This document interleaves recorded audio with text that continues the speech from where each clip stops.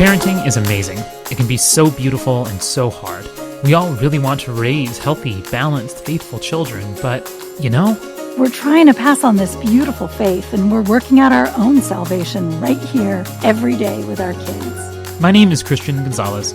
I'm the father of 3 wild, beautiful daughters. And I'm Elissa Bjeletich Davis, and I have a whole house full of kids from tweens to young adults, and some already out in the world. And we're here to join you on this journey through the highs and lows of parenting, amidst snotty noses, messy rooms, and busy schedules. We don't have it all figured out, but we're in it with you. And our message is simple. Dear parents, you're not alone. Welcome to Trials and Triumphs from the Trenches. Good morning, Elissa. Good morning, Christian. How you doing? Good. Well, actually, I guess it's morning for me, not morning for you. It's a little later than morning for me, but that's all right. I hate time zones, so I just roll with it. I don't believe that they exist. No, I mean, they're not real. No. We're drawing lines, and it's not like you hit this line and everything moves 1 hour forward instead of just gradually 1 degree at a time. Yes. It's not a way to live. Do you know why we created time zones? Because otherwise we can't communicate over distance. Sort of. At the right time. Like you can't I feel like time zones weren't necessary when you couldn't travel as easily. I guess exactly. Or like when you couldn't Zoom. Yes. Right? Like it didn't matter. It was just sunset or not sunset. Yes. And so it actually was because of the choo-choo trains. So choo-choo trains, they were having a hard time coordinating choo-choo train schedules. So they had to go to some kind of like standardized time, where it's like in this area, it's noon, because otherwise you just were like you said, going with like, I don't know, it feels like 3, Yeah, it's true. Well, and it wouldn't it's hard to make sense of it, right? Because if you leave at dusk somewhere and you get somewhere 3 hours later and it's also dusk there at that time, like that is very confusing. It's very, very confusing. That's cool. Well, there you go. So that's why. I had a feeling it was modern transportation, because if I couldn't travel around, I wouldn't even know. I wouldn't even think about whether the sun was up or down in California at this moment. I know. I wouldn't even care. No, I wouldn't think about it. It would just be like, listen, you live your Tuesday, I'll live my Tuesday. we all just, keep our Tuesdays to ourselves. Right? I mean, we assume that they happen at the same time, even if they don't really. But, and then to further complicate things, in Arizona where I live, we don't do daylight savings. Yes. So that means sometimes I'm 3 hours behind my East Coast counterparts, my office mates, and then sometimes I'm 2 hours. And so that gets really fun to keep track of. Yeah, that's super confusing, frankly. I used to work in a call center. I was like a fundraiser at UC Berkeley, and I would have to call alumni, and we had like Arizona was its own category because you had to figure out what time it was in Arizona, and there was no reliable way to do it. So Arizonans got far fewer phone calls than anybody else. So congratulations on that. You're getting less like spam call. Yes.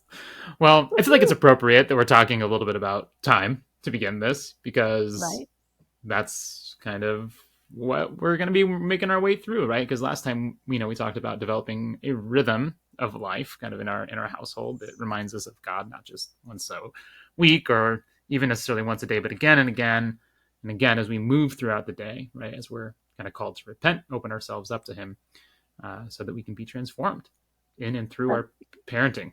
Yay. Yes.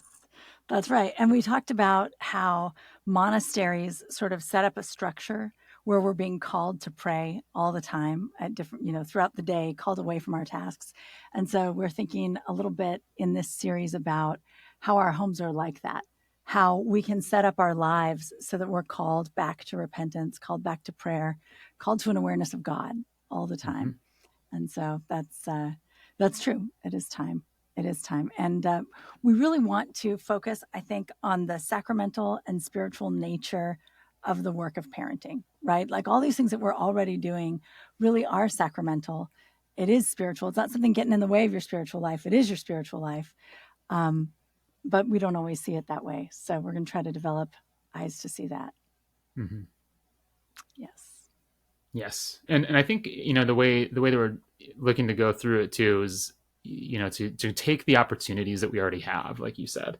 It's not to like, put in Tuesday night Vespers or whatever, into your family. Like you have to somehow really force a square peg into a round hole when it comes to family life. But really just to look at the day-to-day stuff that we're already doing. So first step, what's the first thing you do every day? Elissa, what's the first thing you do every single day?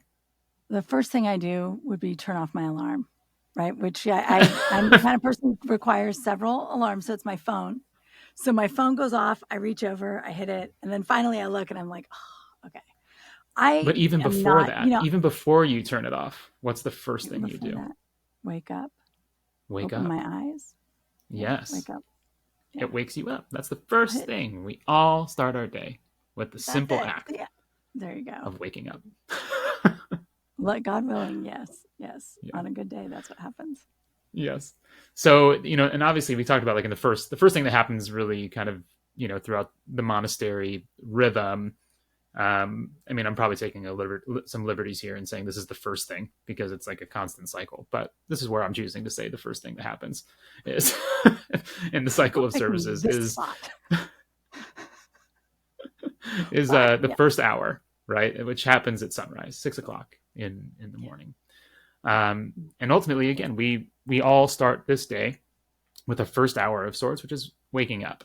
And, even as I'm saying this, I have a little bit of anxiety of feeling like, oh, maybe I should be waking up earlier or whatever, like, oh, I need to wake up earlier so that I can, I don't know, get a lot of time in or something. Like there are people like in a season of life past mine, right? Like that I'm not there yet, but I feel like there are people who sort of naturally wake up really early as they get older. And then they'll have these beautiful rhythms where they're like, yeah, I get up at sunrise and I say my prayers and then I have coffee. And it's like this, I have this idea that like, wow, if I did that, I would be just peaceful and joyful and happy. And then my kids would wake up. It would be such a great start to the day, but that's not actually what I do. That's not Correct. what my life In fact, every time I've tried to do that, well, almost every single time when I try to get up like an hour and a half before anybody else, invariably it wakes somebody else up in the house. Yeah. And suddenly my very peaceful time of prayer, is accompanied by loud children. Like there was one time I woke up and tried, it's like, okay, it's like 5 a.m. I've still got like an hour and a half before anyone else gets up. I'm going to light some incense. Like that'll be so nice. Yeah. And so as I'm sitting there, prayerfully with my candle lit in the dark and the incense burning, all of a sudden the fire alarm goes off because of the incense. So my very nice prayer time was cut very short. And the entire family was awakened an hour and a half early, which of course they all appreciated and put them in very good moods. Yes, exactly. So I think like what I'm trying to say here is that I get it.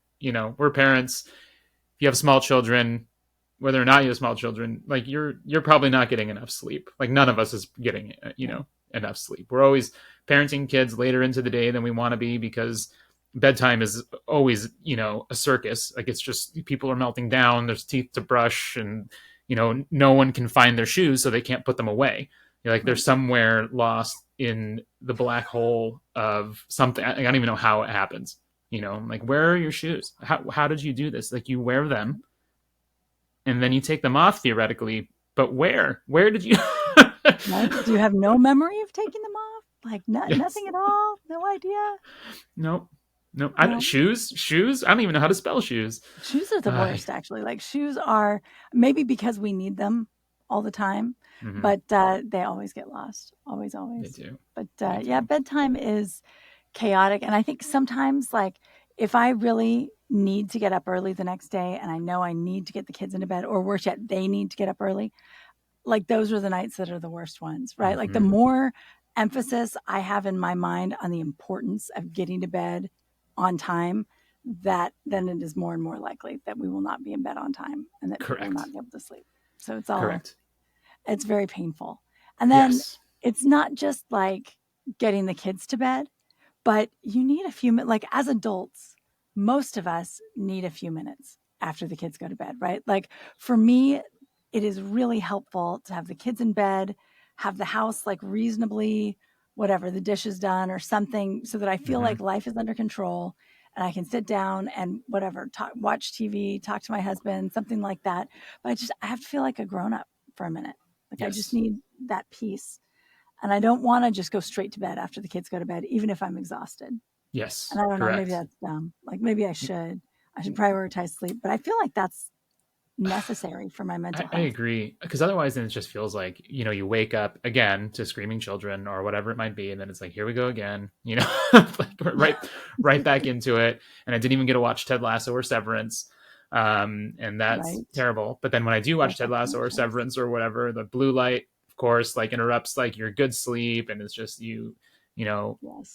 it's tough, man. And then, of course, someone wakes up in the middle of the night, they've got a bloody nose or they had a scary dream, and you're supposed to like scrounge up the energy to be a loving presence in the middle of your child's nightmare, which has also quickly become your nightmare. So it's like, Exactly. it's, Well, and it's interesting because like as your kids get older, a lot of times they start staying up really late. And so then that throws you off even more, but they still have the nightmares. Like they will still wake up in the middle of the night with something really upsetting going on and need your help. And so it's kind of funny because they'll keep you up even later. They will deny you the parent alone time. And then they will need you in the middle of the night to be yes, like responsive and kind and friendly all at once. And it's not easy. It's yeah, not easy. no, it's not. And I think that, even this is kind of to the point, right? That we all have these moments of waking up, and sometimes we're interrupted from sleep by a scary dream or a weird dream, or the way we wake up is Yeah. really, really confusing, and when they have a bad dream, it's like they need you to bring them back to reality. Because like for them, they're still like in the story of their dream, right? Like there's monsters under the bed or whatever it might be, or like last night I woke up and thought I was at work, was having a work dream or something like that, and I needed to like get my wife was like, you're like just pacing the room with a pillow in your hand, being like, I need to get the air to circulate or something like Is it really that. stuffy So at your office, Christian? I guess I don't know. I don't know. Um, but that sometimes happens, like when I travel for work or whatever. I wake up in a room I don't recognize, and I kind of automatically feel disoriented, and I'm like, where am I? Yeah. So I think it's really easy, depending on how we wake up, to not really know what story we're actually living in. I think as parents we have the same issue as our kids. It's just that our nightmares are work related. Right. Right. It's less likely to be a monster and more, or like anxiety dreams, right? Like about your kids are missing or your, whatever, your spouse has Mm-hmm. disappeared, something like that. I get those a lot. But, Yeah. and then I wake up and I have to talk myself out of that. I guess the difference between us and the kids is that they get to call on us to come fix it and to come talk them through it. But we have to learn how to talk ourselves through it, right? That like it becomes the parent's responsibility to set the tone for what the true story is. What is the story Mm-hmm. we're in? And, if we're in the wrong story, we're not going to be able to bring our kids back to right? Like we have to know what is the story that we want to set up in our homes. What is the narrative Mm-hmm. going on around us? And it should start right from the beginning.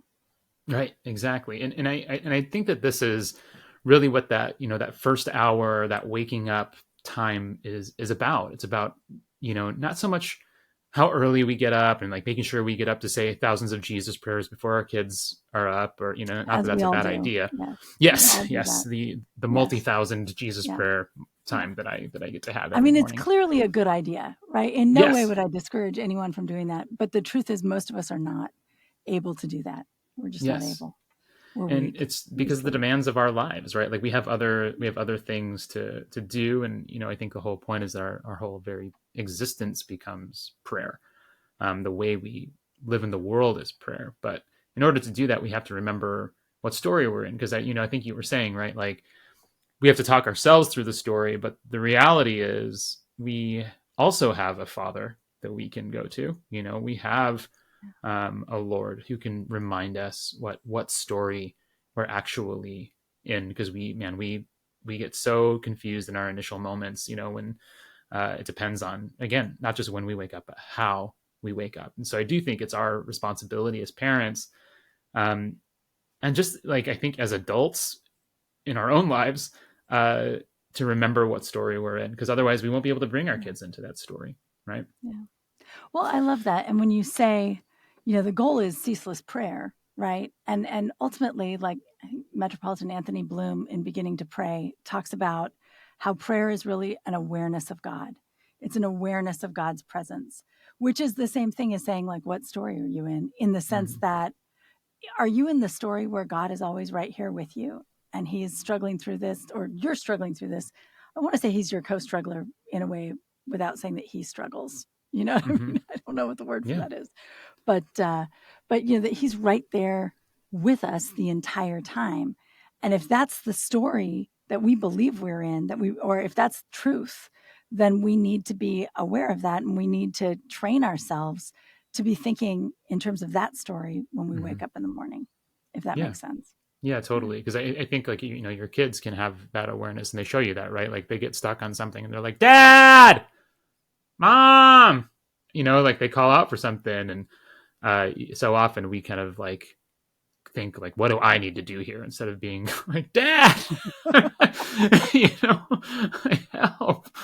Yeah. That's so true. Yeah. That is so true. But it's, if we can stay aware of the story. And that begins with starting aware, like starting the day aware. So, Christian, what does the beginning of your day look like? Like, how do you start the day? Oh my gosh. And can we model ourselves on what you do? Yes. Yeah. Let me teach you all. Let me give you all the things. You will learn a lot here. I mean, honestly, most days I think are probably not that great either. First thing I wake up to is an alarm that I hate, which is on my phone usually, and that makes me hate everything right out of the gate, right? Like, I hate that sound. And that's like my first thought often waking up is like, or I wake up to a child screaming or something and I'm like, or I, when I turn off my phone or whatever, I can often just, kind of automatically open it, see if anybody has reached out to me or needs me, which is what a weird way to wake up to. Who needs me? Yikes. What a story is that? Or check my work email or something, right? So it's a weird story kind of out of the gate that I get conscripted into. And really it's kind of like the story of that who I am is based in what I do. That my life truly is defined by performance. And so if I wake up in that story, then often everything around me becomes a problem to solve, right? Like my children become problems to solve. Breakfast is a problem to solve, or I'm my own procrastination or distraction is a problem to solve. And that ends up like really being a terrible story to live in, right? That if my life is about getting things done, then everything that gets in the way of getting things done, takes me away from seeing my children as images of God that need to be loved and delighted in, rather than problems that need to be solved. So that waking up it really is incredibly important, because otherwise it's super, super easy to get lost. But what about you? How do you wake up? Well, my alarm on my phone, right? It's interesting to me because as you're saying that, so I have for a long time, I wake up and it's the same thing, right? The problem is when your alarm clock is your phone, and it kind of has to be because they're the most reliable alarms in the world, right? And so you pick up the phone and then immediately you see all the notifications. And I have very little executive function control. I'm just like, right? And, is there an email? I must read it. And I prefer not to watch the news much because I grew up in a house that had the news on all the time. So instead I get like the headlines emailed to me in the mornings. So then I end up opening up the phone and it's like, here are all the things that I need to be doing today. And here's what's happening in the Ukraine. And here's what's happening here. And it's like, it does give you this sense almost like you're just the center of the universe. Like, you're just so important, right? Like, it's really important that I be briefed on world events right now, Christian. Yes. It's really important that I know that, because I'm the kind of person who, like, maybe is going to make a difference in that, right? Or it's just, I don't know how to put it, but there's a way that it makes you feel like you're saying, that everything's a problem to be solved. Everything's just another item on the list. And you just kind of miss out. And maybe part of that too is that you're not waking up with this sense of like who you really are, right? Like, I'm a human being who needs to repent, who needs to grow, who is open to whatever God has for me today. Like, there's God here and there's me here. Otherwise, I just open it up and it's like, I'm here. And God's like God's not on the horizon there. I don't see where he is. I just see myself as if I were like a little mini God who's going to go out and take on the world. But it's, I mean, it's what a different thing, right? And like, then I think about like my kids, when my kids wake up, what's the first thing that they see from me? Like, am I delighted to see them, or am I like, go back to bed? And that gives them a story, like that they wake up to. And I imagine myself like wanting to wake up and to consider myself, right, like waking up with remembrance that I'm the child of the Lord. And like, I wonder, like, is that how he responds to me? Like, that I need to get going, I need to get to work, or is he just like, good morning, like, right. I'm so happy you're awake. I've been waiting for you, right. I've been waiting for you to get up. Yeah. Isn't that beautiful? Yeah. Like, I remember like when my children were babies, like, it was, I would always kind of get sad when they had to go to bed. I was like, oh, I miss them a little bit. Now that they're a little bit more active, it's like, oh, thank God. But and I imagine that's that's the story we want to wake up in, right? Is that being loved, for totally. Sure. Absolutely. And I think I also think about St. Porphyrios, my favorite saint. So I quote him all the time. Yeah, he's the best. When I was thinking about this topic, I was thinking about how he talks about mornings. He says, like, a person can become a saint anywhere. He can become a saint in Ammonia Square, which is like this really busy, crazy part of Athens where he lived for a long time. And so he's talking about how, in your daily life, you can do things that will make you saintly. But he says, make a new start every day with new resolution, with enthusiasm and love, prayer and silence, not with anxiety so that you get a pain in the chest. And I think about that, right? That idea of like, do I wake up like reading these emails and thinking about like war and problems and wake up like with this anxiety? Is that how I'm going to start the day? Or am I going to start it with peace? Am I going to start it with love and joy and like with a real recognition that I love God and God loves me, and I have these icons of Christ all over the house that I get to go wake up now and get to go talk to and greet. And I don't know, I think it's an interesting idea. Make a fresh start every day too, right? That sense of like, you want to feel that newness in the morning. You want to feel that beautiful fresh start every single day, because there is something very special about those first moments of the day, and you don't want to lose that. They're different from the last moments, the middle moments. Yeah. I mean, I think it is. It's about, like remembering who we are, remembering what story we're in, remembering like where we live.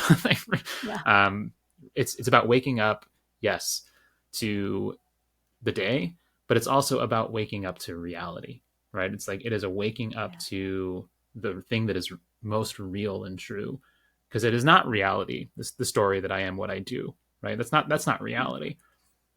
What's reality is I was made by a God who loves me, and I'm wanted by a God who loves me, and I'm delighted in by a God who loves me. And now I get to love back and delight back, and what a gift that is. So I do think, again, it's not just about when, but how. It's that how we wake up to find ourselves in the story of God in our own lives.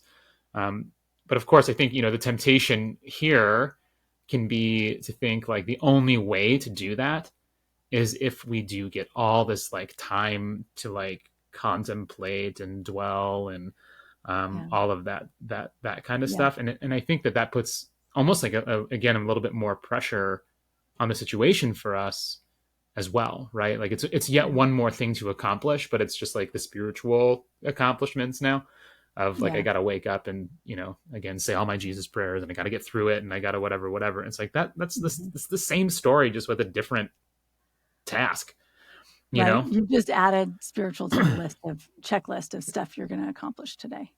Yeah, Well, exactly. and it's a temptation too, because then it's like, if I wake up late, well, I can't do that. So I guess today's lost. I'll try again tomorrow. Right. Yeah. And there's this sort of sense of like, well, if I wake up, and this was me for years, if I can wake up half an hour early, I will be able to get up and light my candles and my incense and say my prayers.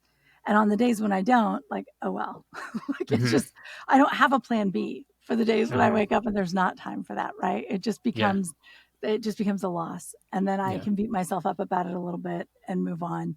And that's like just this terrible cycle to be in, right? Like, you're not in the right story. You haven't put yourself in the right frame of mind. And now you're beating yourself up about being a bad Christian or something. Yes. And it's like, that's not what God wants, right? That's Definitely. Not what he's looking for. He's not mad if you didn't light your candles this morning.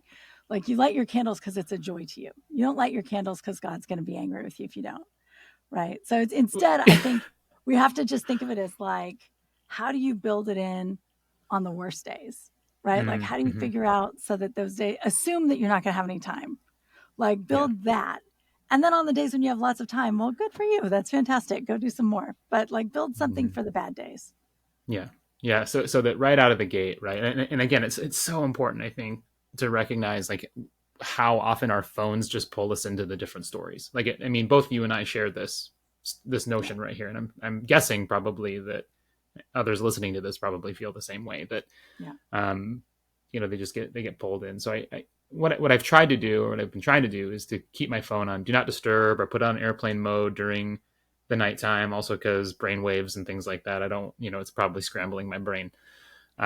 But that way, when I wake up with using it as my alarm, like, I immediately am not immediately seeing who texted or what else is trying to grab my attention. Right. Yeah. It's like a lot easier, especially with Face ID. It's a good thing. Although once your kids are up and out, right? Like, I've got kids in college. I've got, I have one outside of college, but I have two in college. So you can't just put the phone on do not disturb at night, because they call me sometimes in the middle of the night and they're like, Mom, I have a problem and I need you. So it's like, if the kids aren't in the house, right? Like, you can't quite do that. But it's interesting, because I think it's a problem that like the phone manufacturers are aware of too, and they recognize it. And I recently was looking at like the focus settings on the iPhone, and you can go in and you can like schedule focus times. And then on the focused time, you can say like, I want to have a different screen on the phone, like the front screen, so that if I look at my phone, I can tell if it's focused or not immediately. So what I did was I just turned it to focus for like that half an hour when I'm getting up in the morning, like from when my first alarm goes off. For that first half hour, my screen just shows an icon, and it doesn't show any of the notifications. It doesn't tell me, what's in my inbox, anything like that. So then when I first get up and I look at it, the hope is that this will remind me to say a prayer. It sort of does. It at least doesn't. I wouldn't say that it's super successful where I look at it and I'm like, oh, icon, say a prayer. Yeah. It should work, right? Like, that makes sense that it would work, but it doesn't necessarily help me. But what helps is I'm at least not sucked into the inbox anymore. Yes. So that's the big thing, right? I'm not sucked into that. So I start to like become awake for a moment, and then I remember to pray at some point. Yes. And then after I get a cup of coffee, I can look at the inbox and deal with the day. Coffee. That's also an important part of waking up. It's coffee. Yes. In fact, some have even said that it's, the best part of waking up. Folgers in your cup. It is. Absolutely. Folgers is. Yeah. I grew up drinking Folgers, and it's very nostalgic to me, but I will confess, I do not drink Folgers anymore. It's a different world. No, it's a different world. We have different expectations. These are exciting times for coffee lovers. It's true. The people of the future, like, you have no idea. It's going to be so exciting. You have no idea. Yes. No, but I think that that's a good plan, though. I think doing that having having the notifications turned off so that I'm not sucked in. It Mm-hmm. may not take me to the right story yet, but at least it stops me from going into the wrong story. Yes. No, I agree. And I think, we do need to find those spaces so that, if we don't have the time, we sleep through our alarm, we whatever. I mean, these things happen because, again, we're all exhausted people. To have a plan, at least something like often I find myself that, I lay in bed for at least a little bit before I get up. I'm not Mm-hmm. like my alarm goes off and I'm jumping out of bed, Right. Right. unless I have a work thing I need to circulate the air for, and I have to take my pillow throughout the middle of the night. Right. I mean, naturally. There's Yeah, something really important to be accomplished, left over yeah. from last night's dream world. Got to circulate the air. But there is a big difference, for sure, in how we see the world, even if we take brief moments right away. So, like lately, one of the things that I've been trying to do, and with mixed success for sure, just as I'm laying in bed, is to go through the words of Psalm 23, right? That the Lord is my shepherd. To wake up and let that be the story that I'm in. That the Lord is my shepherd, and I now can try to live into a story of trying to be aware of the Lord's shepherding action through the day. And I find a big difference for me when I actually can have the presence of mind to do that, to go through Psalm 23. But it's definitely a practice that is in fits and starts for sure. Yeah. Well, I mean, that's the goal though, right? It's like build this in so that it's the first thing you think to do every day. Mm-hmm. And I think the only way to do is just start now. And all you can really do is like when you come to that moment where you're like, oh, I didn't do that today, do it right then. Right. Mm-hmm. Like just do it. Just do it. Have something memorized, make the effort to, I memorized that Psalm when I was a kid and actually had like an emergency at home childbirth with one of my kids. And she was born with this birth defect. It was all crazy. Right. And I panicked.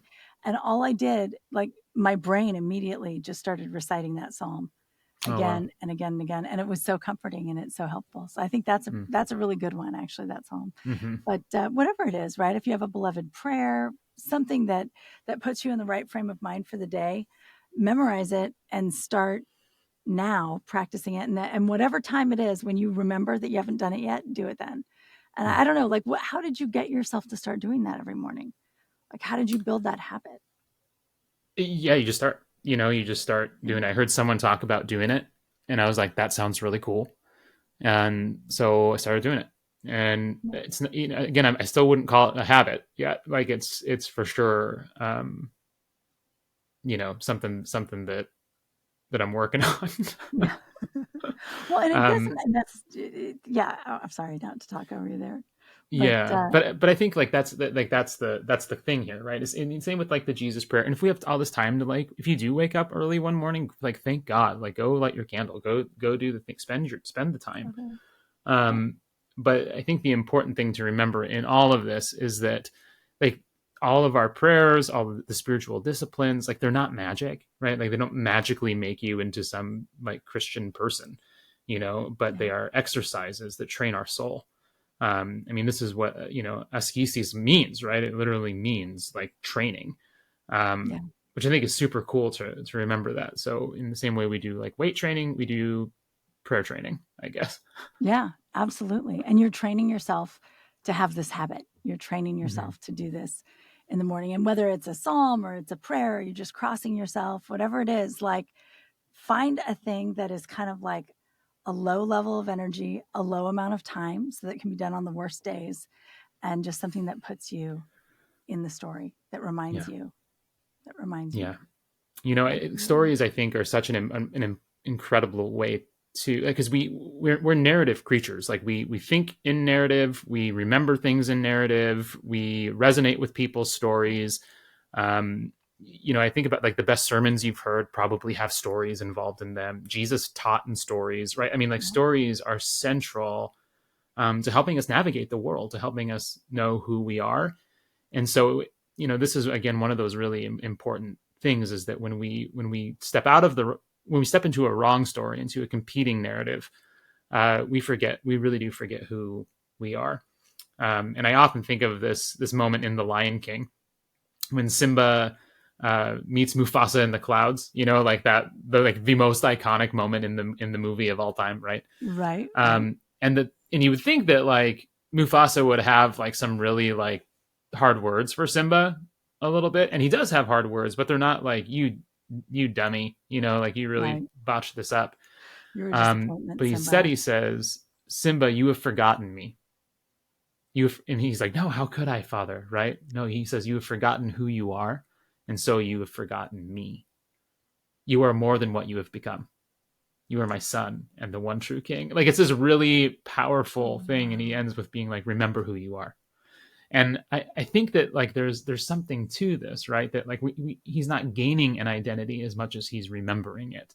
The identity has already been given. Who he is has already been given. And so I think that the same is true for us, that like this identity as God's children, as his sons and daughters, we forget who we are. So there's like this tension that we have to live in, right? Between being a thing already and actualizing what that is, cultivating the reality, becoming what we already are. And I think that this is what these spiritual practices need to be about. I think so. And the thing is, like you said, right? Christ taught in stories, and there are so many beautiful stories to help us kind of find ourselves and to understand what it means to be human and what it means to follow Christ and to be connected to God.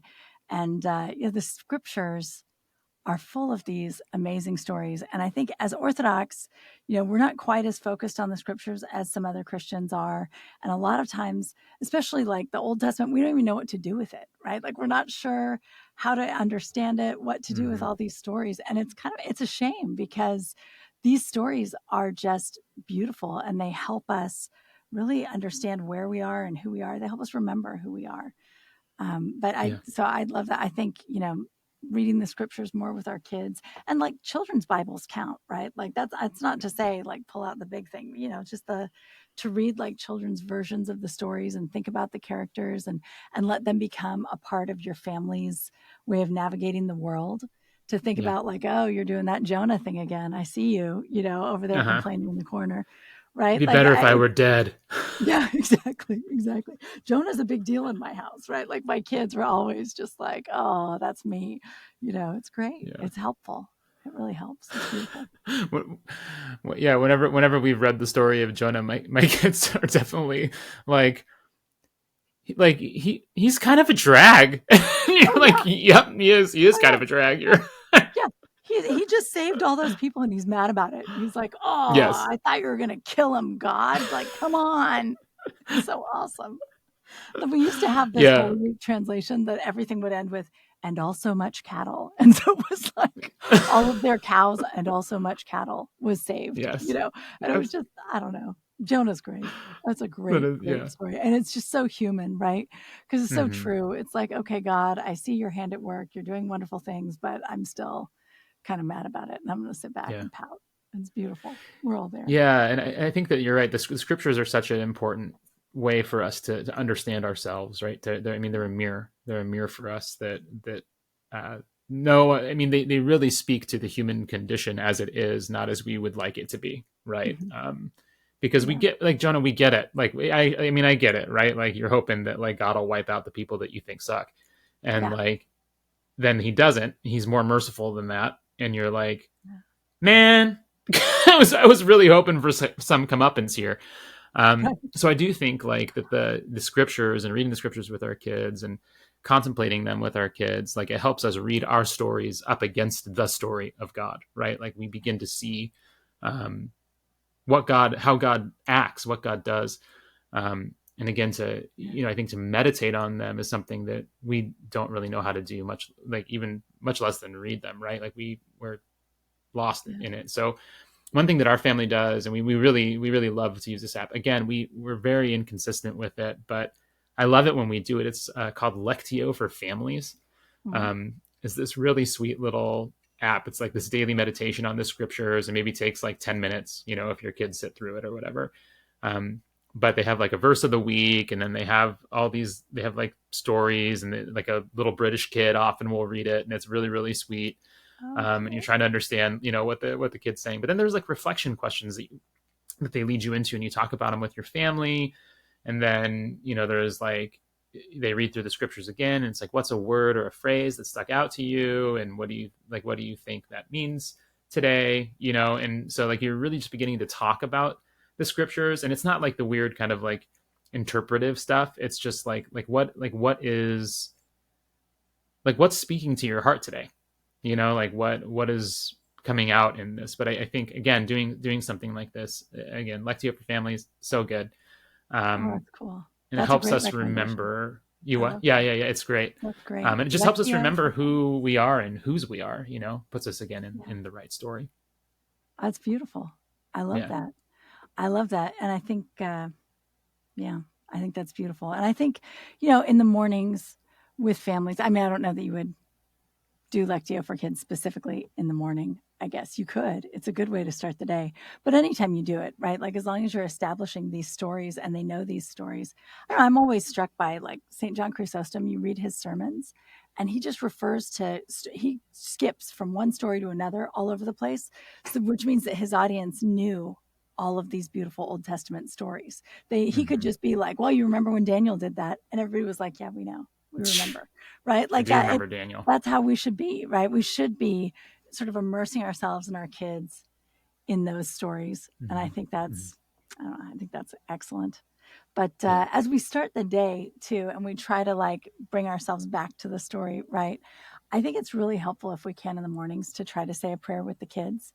And Yes. we do bedtime prayers usually are more common. Not everybody does morning prayers, but morning is a really good time to gather together and just like before you set out on the day, just remind yourselves like this is who we are and we're going to go out into the world trying to carry this peace in our hearts and maybe spread it a little bit, But Yeah. so I always like that. And I know that there were a lot of times when my kids were in school that we couldn't do it and we would do it in the car. And I had like that like flip down thing where you can put your sunglasses in my car, and I put icons up there.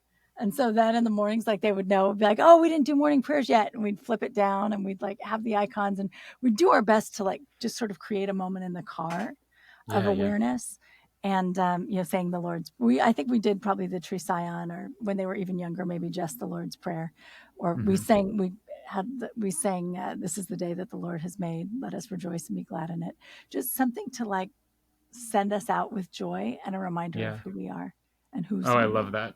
Yeah, that's we've been trying to um, really get started on like consistently saying morning prayers, largely because when when my daughters did vacation church school this a few weeks ago or whatever, the priest was like, now how many of your families say morning prayers? And like not a single child raised their hand, including our children.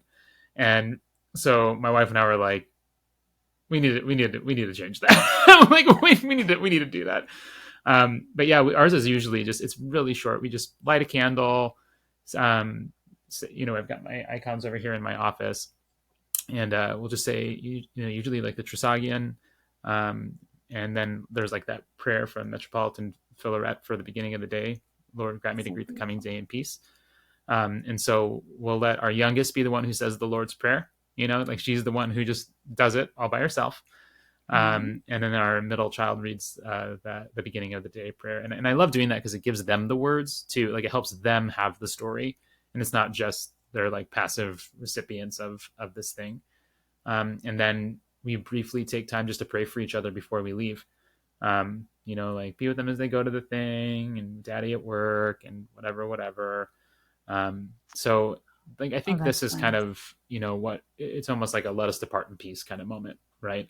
Yeah. um, where it's just a good capstone to a good morning, right? Where a time of waking up to one another, waking up to the Lord, and waking up to the reality of our lives. And so I think that's pretty much all we wanted to say about this idea of the first hour. You I know? think so. I think so. I mean, and that's sort of a perfect. Well, it's like it doesn't have to. It's not that it has to start with you lighting a candle and saying prayers. Maybe it ends with you lighting a candle and saying prayers, right? Like Mm-hmm. ideally, but I think that's a beautiful way, Christian. I really love the praying for each other. in the morning. I think that's very beautiful. But, you know, the truth is there is no right or wrong way, and it's going to be different in every house. And it's even like sometimes you get a good rhythm going and then you lose that rhythm because whatever, somebody gets the flu, or you take a vacation, you come home and you've totally forgotten that you had a rhythm in the first place. Yeah. Whatever it is, right? Like, it's not that there's a checklist and you have to hit it or God's going to be mad at you. It's really just like, let's find a way to build in that joy of knowing that God loves us every morning, and to feel that with our kids. And however we do that, it's like, one of Father Thomas Hopko's maxims, which are so great. One of them is pray as you can, not as you think you must.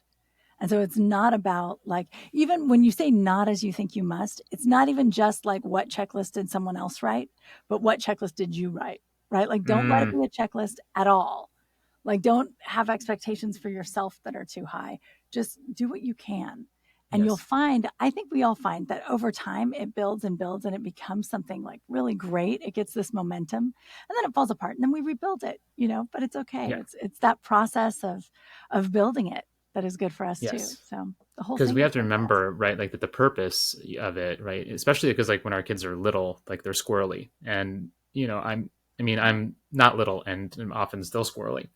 But I think it's good for us to keep that in mind, right? Like that we're praying, we must pray as we can, not as we think we must, because the reason that we're doing this is to wake up, right? To wake up to God, to wake up to love, to wake up to one another. And it's really not about getting a gold star in orthodoxy. You know, it's really, really not.